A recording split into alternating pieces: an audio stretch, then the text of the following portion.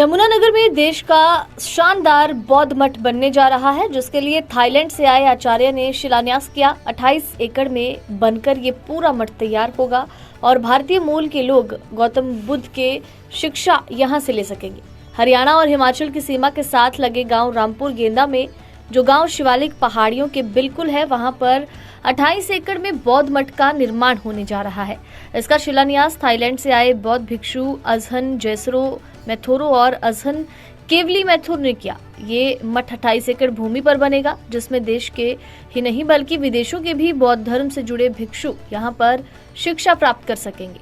भविष्य में बनने वाले इस कल्याण मित्र मठ से पर्यटन को भी बढ़ावा मिलेगा। भिक्षु जैसरो और महापुण्य मैथुरु ने कहा कि ये जगह पवित्र है और भिक्षुओं के लिए यहाँ पर साधना करने के लिए भी उचित स्थान है और इसके बनने से बौद्ध धर्म का प्रचार होगा, लोगों को भगवान बुद्ध से जुड़ा ज्ञान प्राप्त होगा।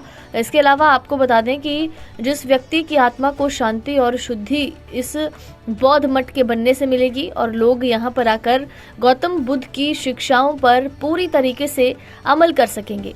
पूरे विश्व में सिर्फ 33 बौद्ध मठ का अभी तक निर्माण किया गया है, लेकिन आपको बता दें कि साम्राज्य स्थापित करने के लिए या बढ़ाने के लिए गौतम बुद्ध की इन मठों का स्थापना नहीं की जाती। गौतम बुद्ध की शिक्षा लोगों तक पहुंचे, यही सभी का लक्ष्य होता है। बता दें कि देश के सभी राज्य और शहरों को छोड़कर यमुनानगर में बन रहे इस बौद्ध मठ के बनने से आसपास के ग्रामीणों में काफी खुशी है। आसपास के ग्रामीण इस ऐतिहासिक पल के गवाह बने रामपुर गेंदा को काफी ज्यादा पूजनीय भी मानते हैं। गाँव की महिला और लोगों के अनुसार बौद्ध मठ बनने से उनके गांव की पूरी तरीके से काया पलट जाएगी। न सिर्फ आसपास के इलाकों में तरक्की होगी, बल्कि उनको भी शिक्षा मिलेगी, रोजगार मिलेगा और उनका ये सौभाग्य है कि अपनी आंखों से वो इसे बनते देखेंगे। इसके लिए विदेशों में जाने की कोई ज़रूरत नहीं। मेरा नाम निशा है, मैं गेंदा रामपुर की रहने वाली हूँ। अच्छा, आज आपने क्या देखा, क्या कुछ बन रहा है यहाँ पर, क्या फ़ायदा होगा इससे? जो ये बौद्ध धर्म के हैं ना, मतलब के भिक्षु, इन्होंने शुरुआत गेंदा रामपुर से ही शुरू की है। मतलब कि पहला गांव है जहाँ ये भिक्षु आए हैं। पहले सुना करते थे कि भिक्षु हैं भिक्षु, हमें तो कुछ पता नहीं था। इन्होंने सारे एरिया में मतलब कि गेंदा रामपुर चुना है। यहाँ पर पहले भिक्षु की वो की है, ये भिक्षा मांगने आते थे और ये जो भी भिक्षा लेते थे यहाँ पे, मतलब कि हमारे अन्न का कोई ना प्रयोग वैसे नहीं किया और मान्यता की बौद्ध धर्म के हैं। मतलब कि जो अन्न लेते हैं, इन्होंने बहुत गुणगान किया कि आपने बहुत अच्छा अन्न दिया है और भिक्षु मांगा है। हम तो ये खुशी हो रही है कि यहाँ के बौद्ध धर्म के जो मतलब कि यहाँ मंदिर बनेगा, बौद्ध धर्म को होगा, स्थापना होगी, हमें भी बहुत अच्छा लगेगा। इससे हमारे बच्चों को भी आगे संस्कार मिलेगा कि कैसे अच्छे कार्य करना चाहिए।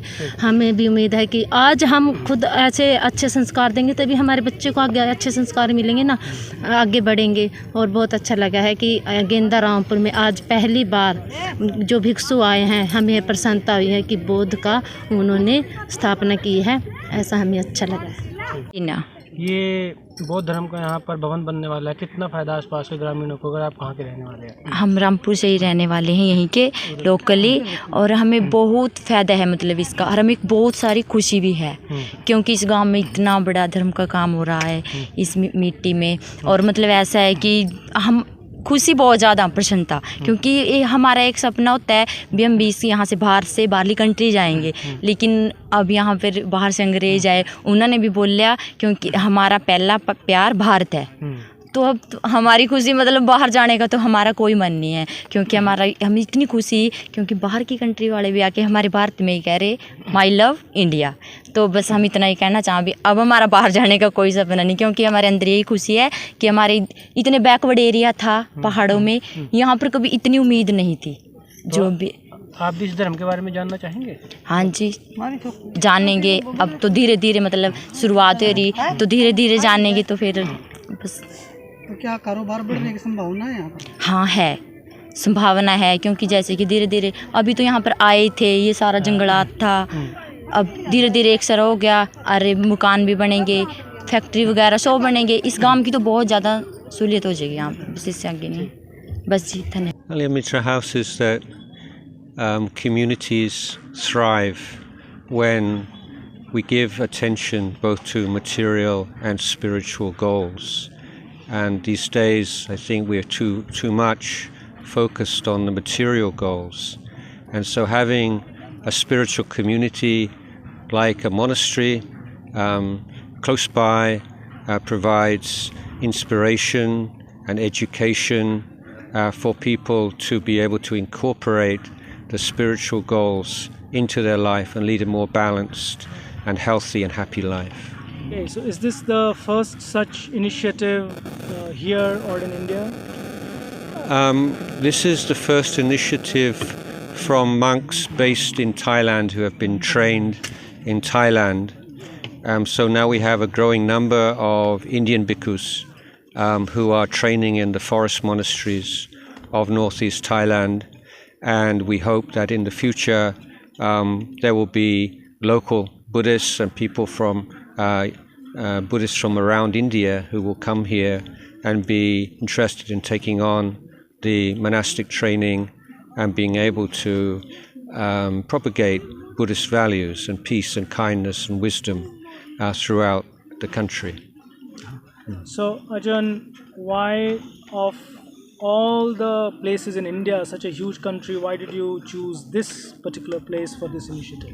Yeah, so you're asking the wrong person. I'm here offering moral support. The person who's really the guiding force here is Ajahn Kewali, so maybe you would like to answer that question. It usually consists of one area which is specifically for the monks in training, and then a public area which may include accommodation for lay Buddhists.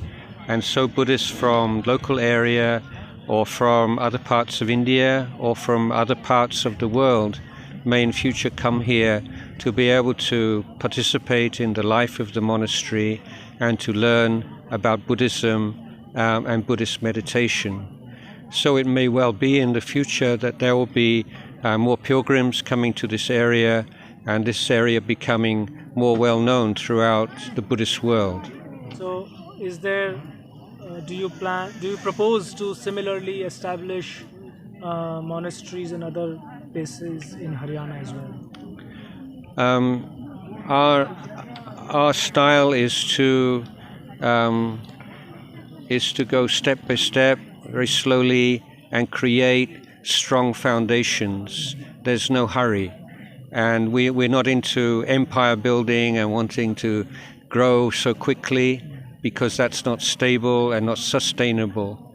We start off something small, and when something is a good model, then maybe we can expand.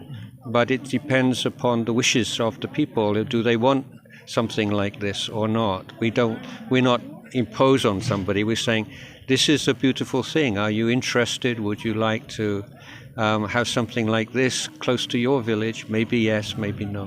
आचार्य जी ने बताई ना, वो ये है कि जिस तरह से ये जो वन्य परंपरा है भिक्षुओं की, उसका मकसद ये नहीं है कि किसी विशेष धर्म को या संप्रदाय को फैलाना। उसका मकसद तो ये है कि हमारे पास एक ऐसी शिक्षा उपलब्ध है भगवान बुद्ध द्वारा बताई गई, जिससे कि हमारा मन शुद्ध हो सकता है। तो एक तरीके से आचार्य जी बता रहे हैं कि ये एक शिक्षा प्रणाली है, इसको एक शिक्षा प्रणाली की तरह देखा जाए। तो ये शिक्षा प्रणाली उपलब्ध है। जो लोग चाहते हैं कि भाई हम भी अपने मन को शांत करें, उसको शुद्ध करें, वो शिक्षा प्रणाली को अपनाएंगे तो अपना मन शांत हो जाएगा। उसमें ये बिल्कुल कोई बात नहीं है कि हम अब फलाना थे और उससे ढिमकाना बन गए हैं। जो परिवर्तन होना है वो चित्त का परिवर्तन होना है, ना कि किसी भी एक लेबल का कि मैं ये था मैं वो हो गया हूँ। तो ये बिल्कुल ये इंटेंशन नहीं है, बल्कि इस तरह से जो शिक्षा है उसको एक थोड़ा सा ये भी ब्रीफ कर दीजिए कि ये कितने एरिया में बनेगा और क्या क्या विशेषताएं रहेंगी और कितना खर्च कब तक बन जाएगा। तो जैसे आचार्य जी ने बताया कि इस परंपरा में ये सारी ही चीज़ें जो हैं वो जो लोकल लोग हैं, जो समुदाय है, उसके इच्छा अनुसार, उसकी इंटरेस्ट के अनुसार होता है।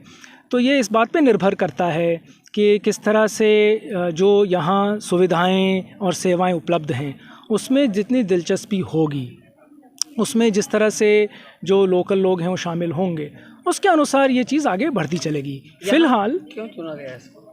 हाँ, इस पे भी आचार्य जी ने बताया कि एक कारण तो भाई ये है कि जैसा कि उन्होंने पहले भी बताया कि ये सारी धरती जो है ये ऐतिहासिक समय से ही यहाँ पे मठ, विहार और आश्रम रहे हैं सन्यासियों के लिए, और पुरातत्व विभाग ने भी जो खुदाई किया उसमें इसी तरह के वो निकल के आए हैं। तो हमारे लिए ये बहुत बड़ी बात है। हमें बहुत प्रसन्नता होती है कि भाई हम फिर से उसी पावन धरती पर रहें जहाँ कई 100 साल पहले भी इसी तरीके से सन्यासी और भिक्षु रहते आए हैं। तो मुख्य कारण तो यही है। कितने साल बाद ये मठ बनाया जाएगा दोबारा से?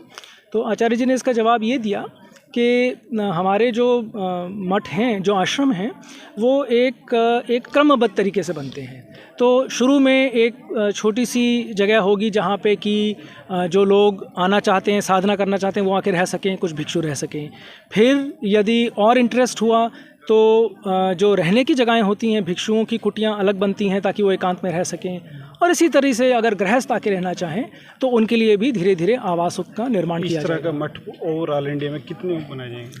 कितने होंगे या ओवरऑल जो बनाए जाएंगे जी में है? तो आचार्य जी ने ये कहा कि हम इस परंपरा में हम कभी इस तरीके से नहीं सोचते हैं कि हमें कोई साम्राज्य बढ़ाना है या साम्राज्य स्थापित करना है, बल्कि ये सोचते हैं कि भाई एक बहुत बहुमूल्य शिक्षा उपलब्ध है। जहाँ जहाँ दिलचस्पी रहेगी और आमंत्रण दिया जाएगा, भिक्षुओं को बुलाया जाएगा, वहाँ वहाँ भिक्षु जाएंगे। यहाँ पे जैसे उन्होंने बताया, ये जो अरण्य विहार ट्रस्ट है, जो दिल्ली का ग्रुप है, उसने उनको न्योता दिया कि भाई आप यहाँ आइए, जगह अच्छी है, लोग बहुत मिलनसार हैं।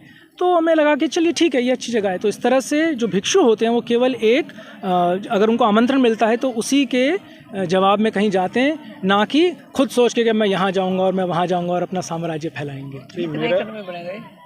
मेरा क्वेश्चन ये था कि इस तरह का जो मठ है इंडिया में और कितने हैं या विश्व में कितने हैं?